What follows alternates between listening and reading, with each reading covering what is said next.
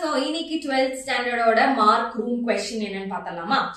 So if the circumference of a circle is increasing at the constant rate, prove that the rate of change of area of the circle is directly proportional to its radius. So என்ன கொடுத்திருக்காங்க?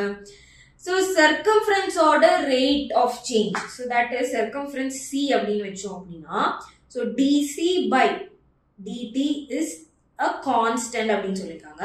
So இந்த constant வந்து நான் வந்து ஒரு என்ன சொன்னோம், ஒரு k அப்படின்னு நான் வந்து substitute பண்ணிக்கிறேன். அப்புறமேல என்ன சொல்லிருக்காங்க, we have to prove that the rate of change of area, so that is dA by dt வந்து directly proportional to the radius அப்படின்னு நம்ம கிட்ட prove பண்ண சொல்லிருக்காங்க. ஓகே, so இந்த proportionality sign change பண்ணோம் அப்படின்னா நம்ம என்ன பண்ணுவோம், we will just multiply with the constant, right? So dA by dt is equal to kr அப்படின்னு இதுதான் நமக்கு வந்து prove பண்ணணும். ஓகே, so இது prove பண்றதுக்கு first நம்ம கிட்ட இருக்கிற இந்த circumference வச்சு நம்ம வந்து அதுல இருந்து ரிலேஷன் கண்டுபிடிக்கணும். So circumference of a circle அப்படிங்கிறது 2πr இல்லையா?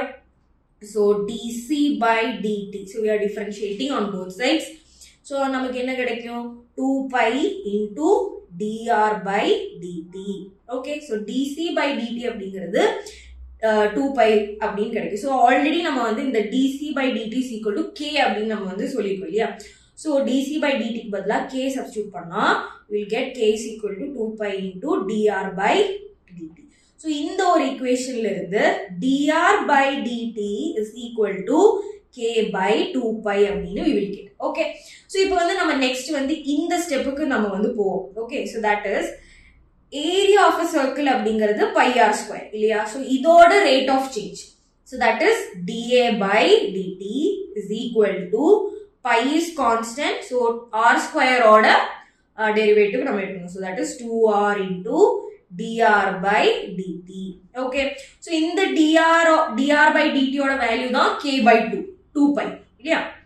So that is dA by dt is equal to 2pi r into k by 2pi.